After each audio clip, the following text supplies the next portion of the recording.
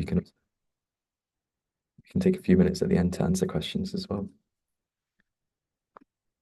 Um, cool. Okay, it looks like uh, most people have rejoined, so I'm going to continue with the slides. Um, so yeah, so um, for example, during COVID, the Virginia Health Department funded a forecasting tournament where they asked questions about how many COVID cases there would be in Virginia and what the mortality rate and other important questions for their policy making. Um, and by like leveraging having lots of people make predictions on those questions and seeing sort of using the wisdom of the crowd to see to get reasonable estimates of what was going to happen. That was like an input to their decision making. And this seems like a pretty promising way to think about improving um, how institutions make decisions in ways that are, we can like measure how accurate their forecasts are and try and use techniques to improve those over time. Um, cool. So um, a distinctive thing about forecasting is that you're trying to convert um, your feelings into numbers. So what I mean by this is that if you're, in everyday conversation, people don't normally use probabilities very much, but it's actually a bit of a problem because um, when I say, oh, I think it's likely that I'll um, uh, come come come to your event at the weekend, uh, what do I actually mean? Does that mean a 60% chance or a 90% chance? And this graph on the right here shows that for lots of these words, there's a really wide range of what people mean by when they use these words. And so by using the numbers directly, we avoid this kind of communication error, um, which can stop people talking past each other. So we've already done some of these. So what we're going to do is quickly in the last 20 minutes here, run through how you might make a forecast on a question. And I'll use this question to help us think about some different forecasting techniques. And you can think about how you'd apply them to other questions as well. Um, so so the dates on these slides are a little bit out of date, but so sorry about that. So the question is, will Vladimir Putin, let's take as our question, will Vladimir Putin remain president of Russia until the end of this year? So we're predicting, a few months into the future. How can we think about how to make an accurate prediction there? I'm going to talk through a few different techniques. So a technique called reference class forecasting, integrating your inside view, and then about question decomposition, which we already talked about a little bit for the estimation game. And then finally, how you might combine different sources of information to make a great forecast. So one method of making a forecast is using reference class forecasting. So to do this, you first choose a class of similar past situations, and you ask yourself, how often did this thing happen in all those past situations that are similar? So, for example, if I'm thinking about will there be a nuclear war between Russia and NATO in 2024, I can say, well, okay, how many times has it happened previously? It's happened 0 times, and Russia and NATO have both existed for about 79 years. And so the base rate is very low for that question. But for another question, you might say, will uh, will Trump win the US election, for example? And so for that, you could look, there's various different reference classes you could look at. You could look at how often do Republicans win US elections? How often does someone who's won an election and then left power get re-elected? Or maybe you start with just the reference class of people who run for presidency and they win around 50% of the time, a bit less, I guess, if they're running for one of the two major parties in the US.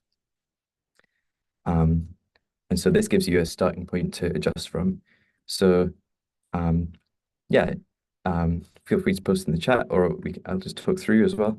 What kind of reference classes could you use for this question of will Putin remain president of Russia through to the end of the year? maybe because we have not too long, I'll just jump ahead and say what I think here, but feel free to think this through yourself. Um, so some reference classes you could say, well, how often does a leader of a country who's been in power for as long as Putin has, I think it's multiple decades at this point, stay in power? And so the base rate there might be high. And the way you do it is you search online for leaders who've been in power for however long, but this many years, and you look at what proportion of them uh, lose power in the next year. We could also choose the reference class of Russian leaders who are not yet at the end of their term for re-election. I think that's still correct. It's possible that there's a Russian election this year. I haven't checked. Um, and then also you could look at world leaders within a period of starting a war, because that might be an unusual group. And so you might get more information from that. And a lot of the skill in using this method is by there's always multiple reference classes you could choose, and choosing the right one can help you as part of the sort of judgment that you're using to make a good prediction. Okay, and then once you have your reference class, so you might say, okay, well, the base rate, so the proportion of times that it happens amongst my reference class is 40%. And now you update that base rate based on the particulars of this question that you're thinking about. So the specific attributes of this event that's different from all those other events in the reference class. Um, and so you might say, well, actually, this makes me think it's more likely. And so you start at that 40% and move up. And you can use, there's a formula for this called Bayes rule, which you can apply. But oftentimes in practice, you can just do this more informally and just say, well, starting from that, I think this is some strong evidence that it's more likely, so I'm going to bump it up quite a lot. Or this is some weak evidence that it's more likely, so I'll bump it up a little bit, just a few percent. Um, so yeah, so you might now want to think about what factors make this different from the reference class. Um, and I'll run through these. So um, so you could look at things like Putin's approval rating, how strong is his hold on power, how the war in Ukraine is going, and these might all be inputs into updating your prediction. So a lot of forecasting is, really getting interested in the details and thinking about all the particulars of the situation and thinking through scenarios of what may happen.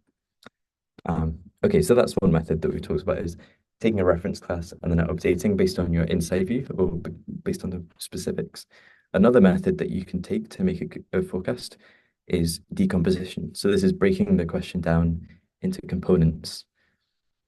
So you might be able to say, well, for this thing to happen, either this happens or this happens. That's a disjunctive decomposition. Or you might, in some cases, need to say, well, for this thing to happen, then all of these things have to happen. Like, for example, if you're predicting, will I get this job? You know that in the job application process, they've got to you've got to pass the CV screen, and then you've got to pass an interview, and then you've got to pass a coding test. And so you can think about the probability of each of those things and then combine them all. Another way that you can decompose questions is thinking about different important scenarios. So, for example, imagine it's near the start of the pandemic and you're thinking about whether your birthday party at the end of the year is going to happen. You might want to think about, well, okay, in the world where COVID becomes a pandemic and we're all stuck at home, what would happen? How likely is it? And then in the world where COVID turns out to be not a big deal and it doesn't really affect everyday life, how likely is it to happen? And so then you'd want to think about how likely the scenarios are as well. Um, so for example, if we were taking this question of will there be a nuclear war between Russia and NATO in the next year, you might think, okay, we can do a conjunctive decomposition here. So you might think that for a nuclear war to happen, there first has to be a fatal conflict, so like an armed conflict between the two groups, and then that has to escalate from conventional warfare to nuclear war. And so you could think about first, okay, will there be a fatal conflict? And then if there is a fatal conflict, will it escalate to nuclear war? So yeah, so applying this back to our the question that we're thinking about of whether Putin will remain president, uh, you can think about, well, will he leave power? Well, um, what was the reason for him leaving power, and how likely are each of those reasons to happen? So he could die of natural causes, he could be assassinated, there could be a coup where another group takes over by force, or there could be a popular uprising. And then you can think about each of these scenarios and how likely they are each to happen. And that might also help you direct your research. And it might help you think of important considerations that would affect your decisions as well. So this can be really helpful for sort of practical purposes. Um, okay, so we've now talked about two different methods. We've talked about reference class forecasting, where you look at a group of similar situations and then think about the particulars of the event that you're curious about. We've also looked at decomposition, which is where you break down a hard question into easier to answer sub-questions. Um, uh, and so maybe you've done both of these methods for a question, and now you want to figure out how to combine these multiple estimates. So maybe your reference class forecasting gave you ended up with like 70%, and by decomposition, you ended up with 50%, for example. How do you combine them? Oftentimes, you can just take a weighted average, which is where you average the numbers and weight them based on how confident you are that the method produced a good result. So for example, uh, if one of your sources of information is that your friend told you and your friend is normally really reliable, you might want to weight that quite heavily. Or if your other friend told you who's normally doesn't know what he's talking about, you probably want to weight that not very much or maybe not at all. Um, it's also very useful to, as I mentioned there, like update your own view based on other people's forecasts. So this is great fun to do in a group, um, and can be really informative to help you improve your own process by talking to other people and hearing how they arrived at their answer.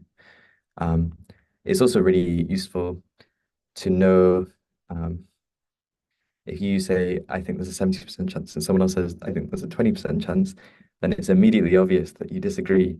And so you can then figure out what led to your disagreement. And maybe you end up both moving towards each other's views, and you both improve your estimates by doing that. So it's often leads to very productive disagreements, which because you're just discussing a probability, it's not heated, no one's got their ego involved, but it lets you kind of think through the likelihood of things and notice when you have a different view to someone else. Um, so yeah, we'll skip this for now because we're a bit low on time. Um, okay, and then this is a little out of date again. Sorry for not updating my slides. Um, but you can also something you can do is check for what other people think by looking at sources online. So on the right here, we've got a website called Manifold, which has lots of user-made questions about all sorts of topics in the news in AI and um, tech and politics and all sorts of fun questions too. Um, so you might want to go and check on there to see what other people think there. And in the bottom left, we've got another website called Metaculous. I'll type that out in the chat. Spelled like Metaculous, and there's manifold. Oh, sorry, manifold. So you might want to check out what other people think. Um, cool. And yeah, that's pretty much how that, a bit of a crash course on some different ways to um, make a forecast. Um, I've got a few resources here that you might find useful, some of which I already talked through, but maybe we can open it up to questions here. So if you have any questions, feel free to post them in the chat.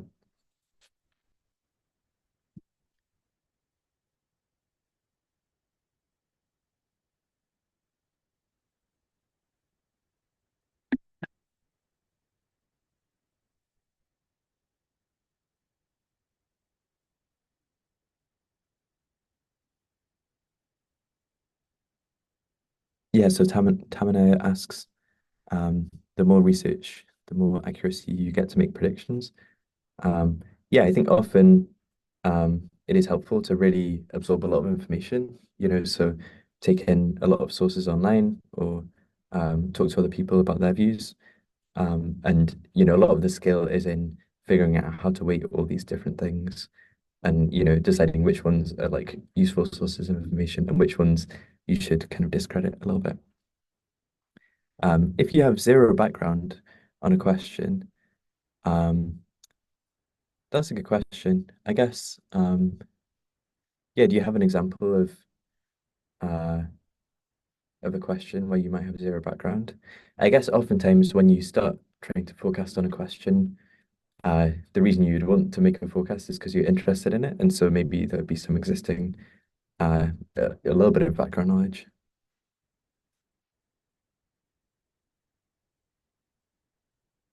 Okay, so Chris says, let's say there's a new galaxy and a chance of life in it,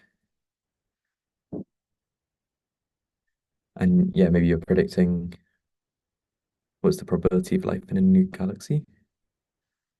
Um, yes, I mean it's a difficult question. Yeah. Um, uh, yeah, I mean, yeah, so I don't have much background on how you think about this. Um, I guess, trying to apply, maybe it'd be useful to apply decomposition. Yeah, so going back to the methods, can we think about some maybe um, a conjunctive breakdown of this? So we think, well, for life to exist, I think there need to be these conditions, and uh, then you estimate the probability of each of those conditions being met. So maybe you think there needs to be a certain kind of climate on the planet or um, certain atmospheric conditions or whatever. Um, that would be one way of going about it. I guess another would be to do reference class forecasting. So you might choose as your reference class. Um, you might think about, well, how many planets do we know about have life of the planets that we know about? And I guess it's one planet Earth has life as far as you know. Um, and you know, so you could kind of um, use that to start off with your estimate. I think there's probably a lot to read online here, and that would be a great start. Probably is just like really diving into the existing literature and then thinking about this. Um, so have decent general background. Yeah, I mean, this is a pretty so yeah. Sorry. So to read out the question, Krish asks, what kind of resources should we keep reading regularly to have a decent general background? I think that's quite a general question. It really depends what you're interested in. Um, I think if you're interested in um, improving your forecasting skills in particular, um, I'd recommend taking a look at some of these resources that I've got in the slides here. So there's a book called The Scout Mindset, which has a great introduction to some kind of general principles of thinking, including for forecasting and for um, it's a very sort of engaging read as well. There's also a classic book, Super Forecasting, which is what originally got me interested in working on this stuff, um, which talks about the evidence um, for what kind of psychological properties people who are good at forecasting have and what kinds of methods they use. So that's really interesting. And that comes out of a sort of multi-decade study of where people participate in tournaments and try to predict geopolitical events. Um, and so there's a lot of information there that and the book is a very sort of engaging read as well. In terms of practicing yourself, I'd recommend some of the tools on quantified intuitions, which I'll post a link to in the chat. So this is a website that I helped develop, which has a bunch of training tools, including the estimation game, which we played earlier. Um, but yeah, I think the main thing to do is just to start practicing. This is something that you can just do yourself, and there's a bunch of I've put some websites on here um, on the screen where you can get started. And yeah, I'd add to that list Fatebook, which is the website that we helped develop, which is a way of tracking your personal predictions. Um, yeah, and it also recommend finding a group to forecast with. It's great fun to do this with friends. You can do it different ways. Like one way you could do it is let's meet weekly and we're gonna think about these questions in advance, and then we'll show up and everyone will share their forecasts of their probabilities. Um, and you can then have a fun discussion about where you disagree. And over time, the results will roll in and you'll see who ended up being right or who was most accurate. Um, Cool. And then there's also a newsletter, forecasting.substack.com, if you want to sort of stay up to date with what's going on in this space. Um, that could be a good way to do it.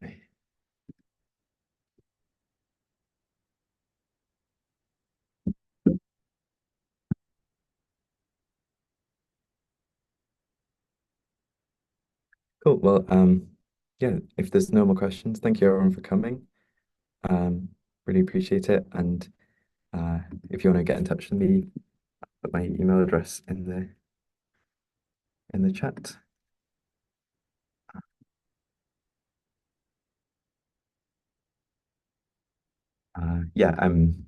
Yeah, it's great to see people are interested in this topic. I think it is a really useful set of tools. Um, and yeah, if you want to try out some of our tools and let me know what you think of them, and if you want help setting up forecasting processes in your own organization or setting up a forecasting club at your university, do get in touch because I'm excited to see if I can help out. But cool, thanks very much, guys, and thanks for hosting. Thank you so much, Adams, for joining and sharing on a lot of basics on how to do forecasting, what kind of resources exist, and what kind of tools exist.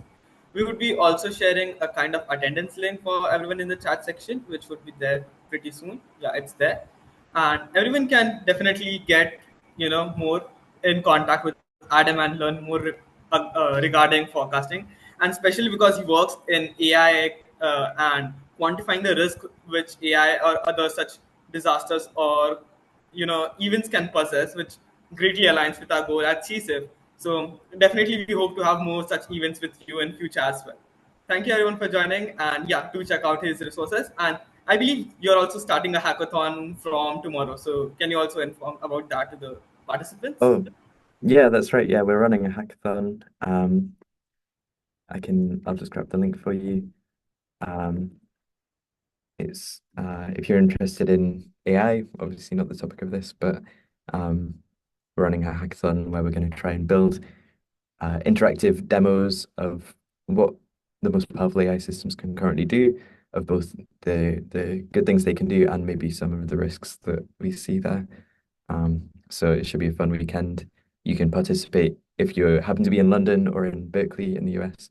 You can join there in person, or you can participate online from anywhere in the world. Thank you So, so much once again. Yeah. For others, uh, we will again be sharing the kind of attendance link, and do join us tomorrow. Tomorrow we will have with us Mikul, who is a undergrad at Columbia, and he would be explaining more about computer science. And a gentle reminder that today's workshop was the only one which was 1 hour long. From tomorrow, they would be 30 minutes long. Okay. Yeah. Thank you so much. thanks very much.